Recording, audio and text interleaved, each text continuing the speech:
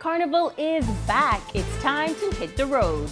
Drainage systems make the national budget, and Generation Next shows how exquisite jewelry is made.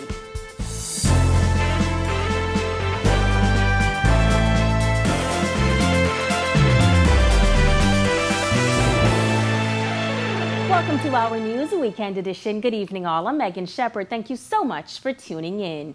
Hundreds of revelers taking to the road this morning for the return of Carnival. Since the pandemic, the event has been halted, but since the lifting of COVID restrictions, the party has returned. Our news team took to the streets early this morning for some of the action.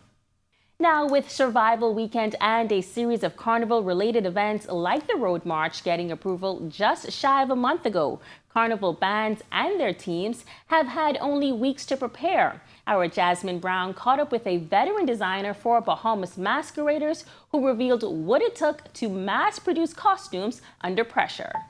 Scores of Carnival enthusiasts hit the road for the first Road March in 2 years. One of the veteran designers responsible for outfitting revelers is masqueraders costume designer Jamal Clark. Clark says with only weeks to prepare, the team was working long hours. The working hours is like 9 a.m. to 2 a.m. It was in and out. Some days it goes shorter, some days longer. Last night I was there till 2 o'clock. And back here at 9 o'clock this morning. Clark, who has been designing costumes since the launch of Bahamas Carnival more than 6 years ago, says he got his designer start through Junkanoo. One of the main things that we are part of is Junkanoo. And because of Junkanoo, it trickles down to Carnival. So we already had the art form. We already had the know-how. So we just needed to Carnival to come along. And the costumes are intricate. This is made off with a numerous amount of materials. First off, we start off with the coroplast, which is the plastic cardboard. Then we go to the base material, which is the orange material. Then start applying the feathers. So it's like a 3-4 part process to create this product. You can see some of this tribal print will be yours, and then the gems to complete the finished product. So this is a piece of a wing for the harness, the backpack. A bubble carnival event was held in November. It was the first carnival-like event to be held since the COVID-19 pandemic started in March 2020. Bahamas Carnival was last held in 2019. As Clark anxiously awaited the return of Carnival, he says he kept busy. Keeping my skill sharp, producing costumes for pageants, small functions, stuff like that. For this year's Road March, Clark says he hand-produced 150 costumes. Reporting for our news, I'm Jasmine Brown. Police investigating an early morning traffic fatality. According to Press Liaison Superintendent Audley Peters, shortly after 7 a.m., police were alerted to an unresponsive body being found at the entrance of St. Margaret's Cemetery located on Kemp Road. Police say initial assessments indicate that the male was walking north along Kemp Road when he was struck by a vehicle and projected into the cemetery. Traffic accident unit was called to the scene along with EMS technicians. The male was pronounced dead on the scene. Stay tuned to the Our News Bahamas Facebook page for more details as they become available. And for the first time, drainage and flood mitigation is getting its own line item in the national budget, according to Works and Public Utilities Minister Alfred Sayers.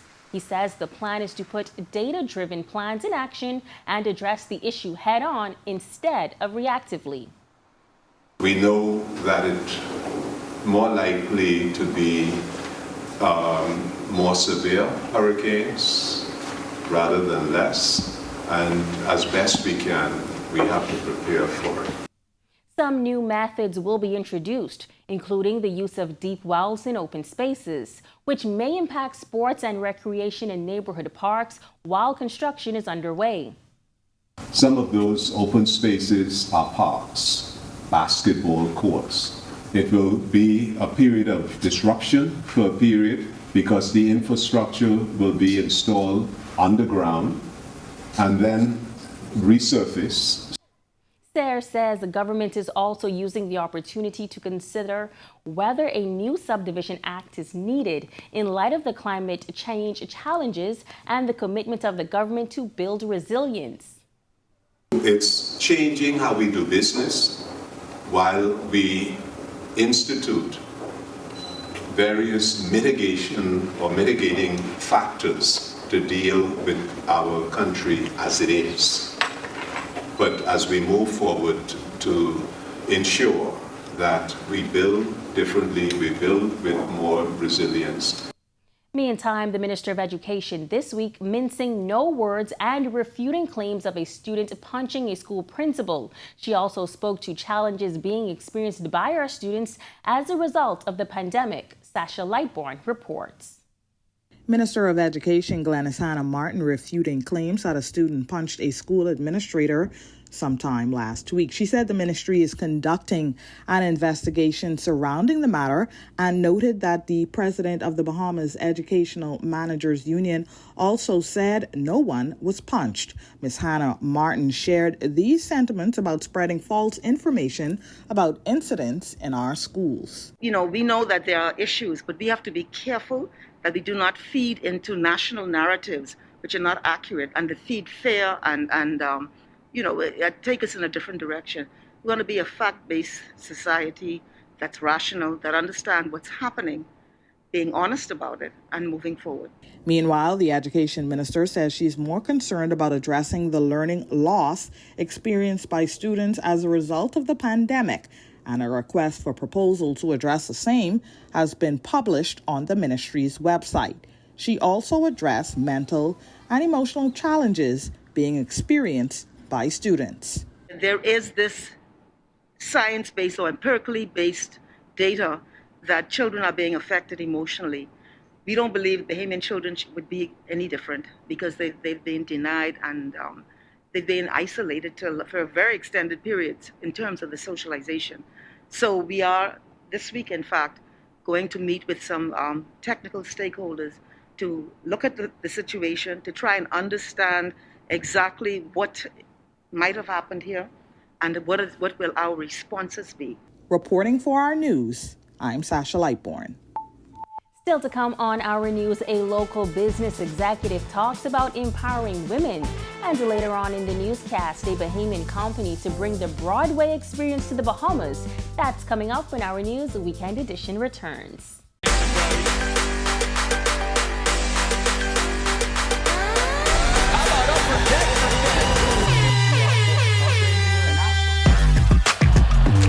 Got size at 6'5".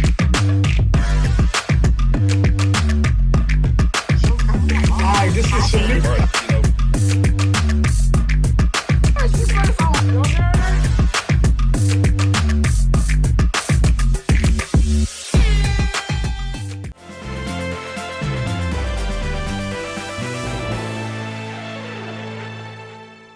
Samantha Roll has been appointed the new interim executive director of the Small Business Development Center, a role previously held by Davinia Bain.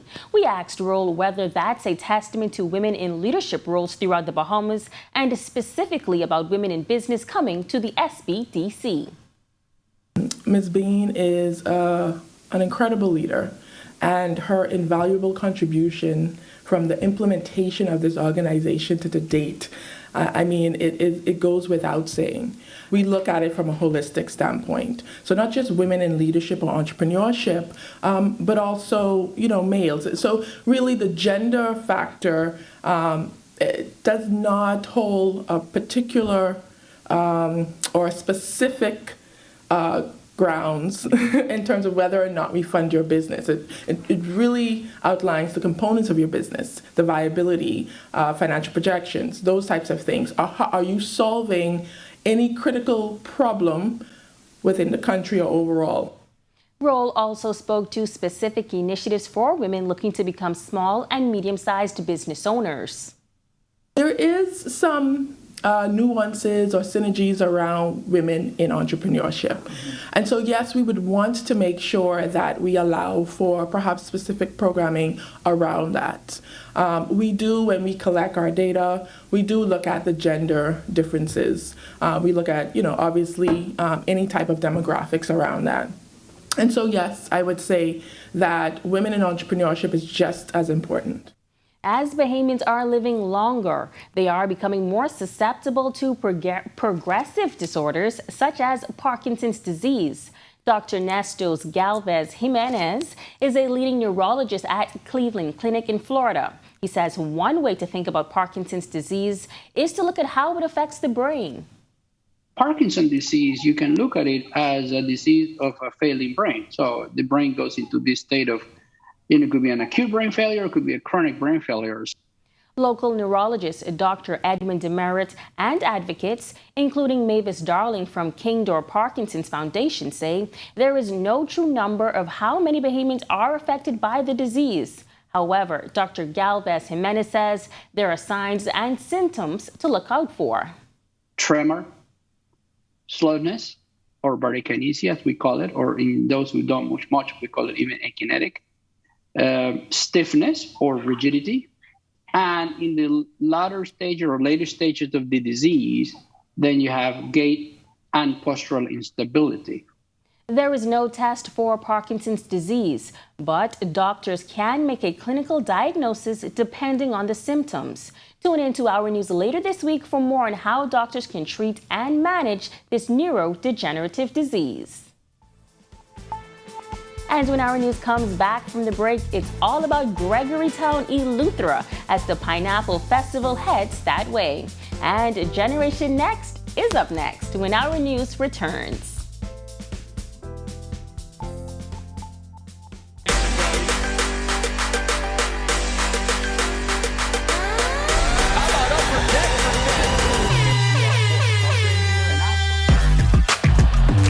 Got size at 6'5".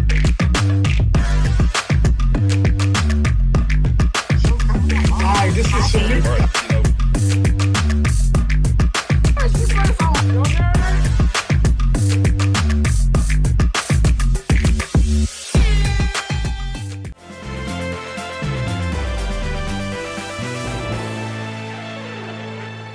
The Antiquities Monuments Museum Corporation set to reopen historic sites this June 4th with a grand festival. Curator Namika Miller says the sites have been closed since the beginning of the pandemic, but now residents can expect an exciting relaunch. We're going to have vendors, a kids section, we're going to have horseback riding, archery for the kids, bouncing castles, food vendors, and we're just going to have a good time at Fort Charlotte. With our sites being closed, we have not had the opportunity to really show or highlight exactly what we do. So we're excited for this time to welcome back our audience, our visitors, international and our local visitors back to the forts, and also our other historic sites, our museums, Pompey Museum and Balcony House as well.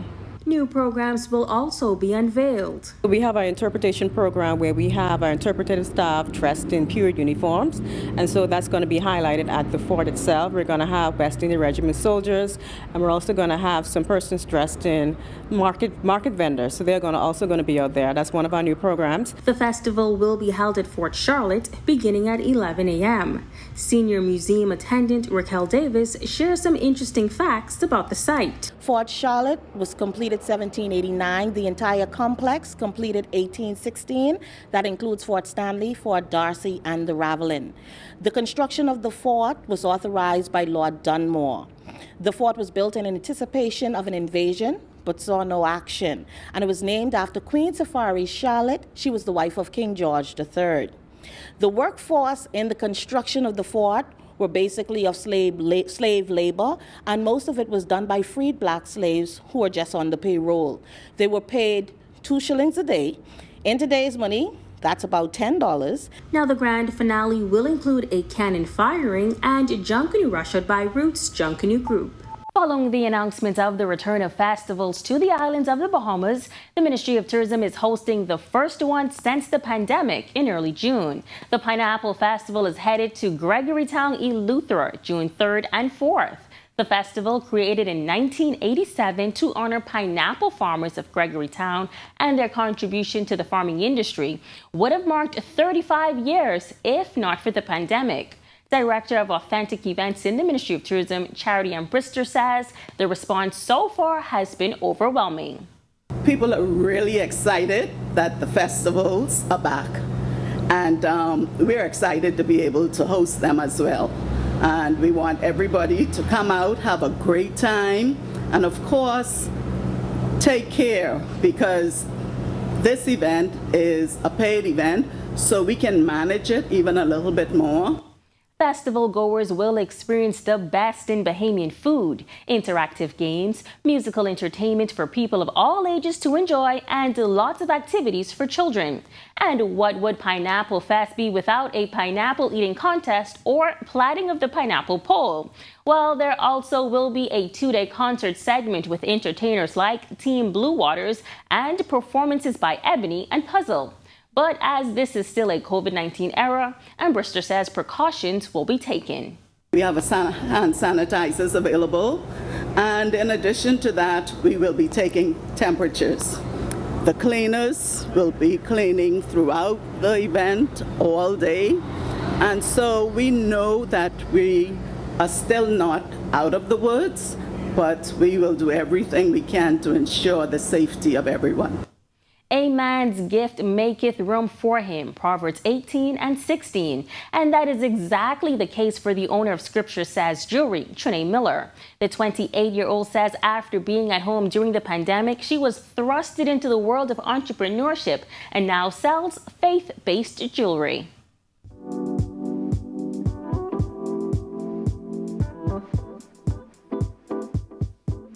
It features 18-karat gold-plated jewelry as well as stainless steel silver jewelry. I wanted to make sure it's the best quality, but it's still in an affordable price range. They're all scriptural pieces. All of the pieces are engraved or inscribed with scriptures or scripture references. And so it's just a way to wear your faith and express your faith in a different way, in a unique way, in a beautiful way. Miller says her business incorporates two of her passions, and so far it has been well received. My faith is actually the most important thing to me, and everything that I do comes from my faith in God. And so jewelry, like simple jewelry, simple fashion is my style. So I like to keep it simple, and the jewelry that I sell, they're all simple, but they're all beautiful. They're really beautiful. They're also like really good quality. And so it was just a way for me to mix two passions of mine, my faith and my style, and share it with everyone else. A lot of the pieces are so meaningful to a lot of people because it's like where it's their favorite scripture, or they're believing God for something, and they're holding on to this confession, this word. And so a lot of people have been telling me that they love the idea. She adds starting the business was surprisingly more simple than she expected. The most tedious process was receiving samples and making sure that it is good quality, making sure that I could be confident to sell these pieces and tell people that they're not going to change color, or they're not going to make it skin turn green. Just making sure that I sample, making sure that I'm on top of everything. But it hasn't been hard. The entrepreneur is also a mother and works a 9 to 5. Although her days can be quite busy, she says it's all worth it. It's a lot, but I like it. It's actually fulfilling, I would say, because everything that I do, I love. I love being a mom. I love running my small business. I love where I work. I love my job. And, I love my church. I love ministry. I love God. I love His people. So it's a lot, but it's also fulfilling. To aspiring entrepreneurs, here's her advice. To just be organized, really, you have to really have a spirit of excellence when it comes to juggling a business, a small business, especially if you're working a 9 to 5, because I know there are a lot of young persons now, venturing into trying to do their own thing, and so you have to be very organized about what it is that you're doing, so that it doesn't all come crashing down, because it could be a lot at times, but you have to be organized. Stay tuned for your weekend weather forecast, and our Jean Joseph has a sit-down with song artist Tamari in our entertainment segment. That's coming up when our News Weekend Edition returns. I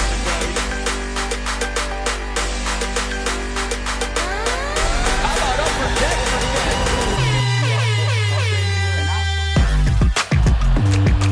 size at 6'5".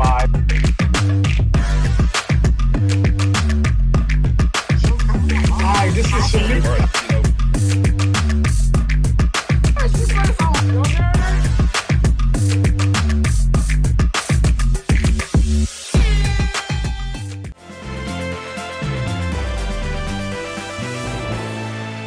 Welcome back.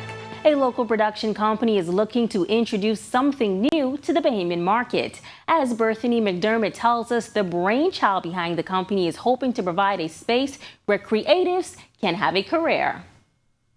This story's sad to tell.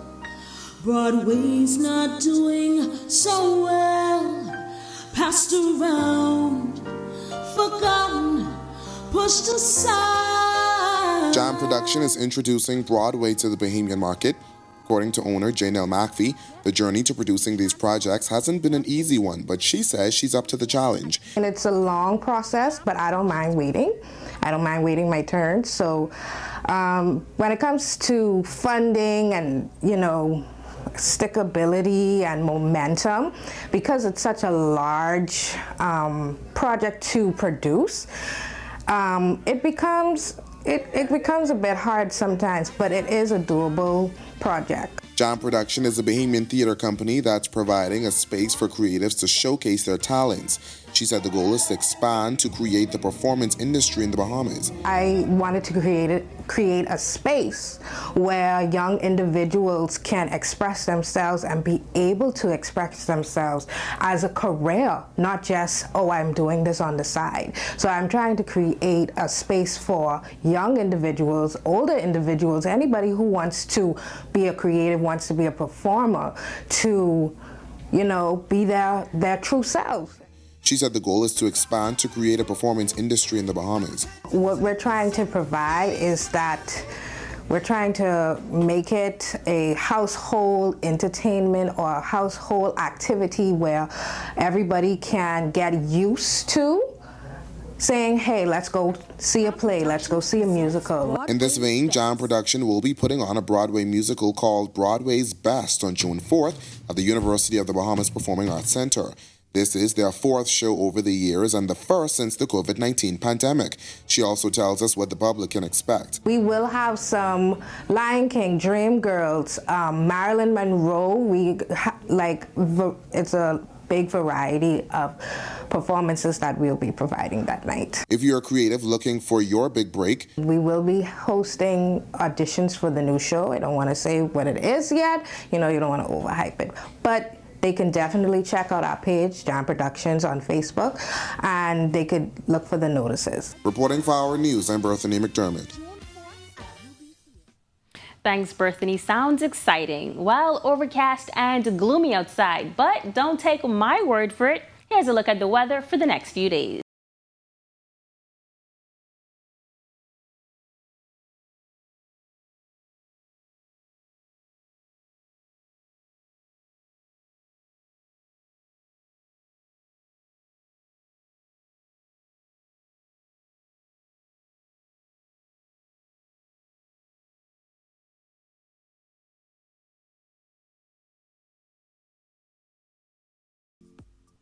Entertainer Tamari has big plans of leveraging his knowledge and connections to help more Bahamian artists make it big locally and abroad. He sits down with our Gene Joseph to tell us about his music, the things that have shaped his career, and his vision for Bahamian youth and the Bahamian entertainment industry.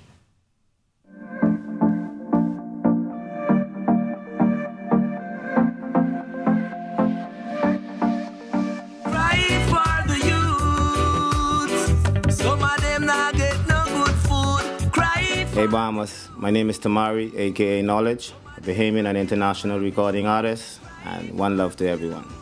Tamari, also known as Knowledge, has been working on his craft for years and has collaborated and rubbed shoulders with some of reggae's elite artists like Beanie Man, Bounty Killer, Cableton, and Chezidek, among others.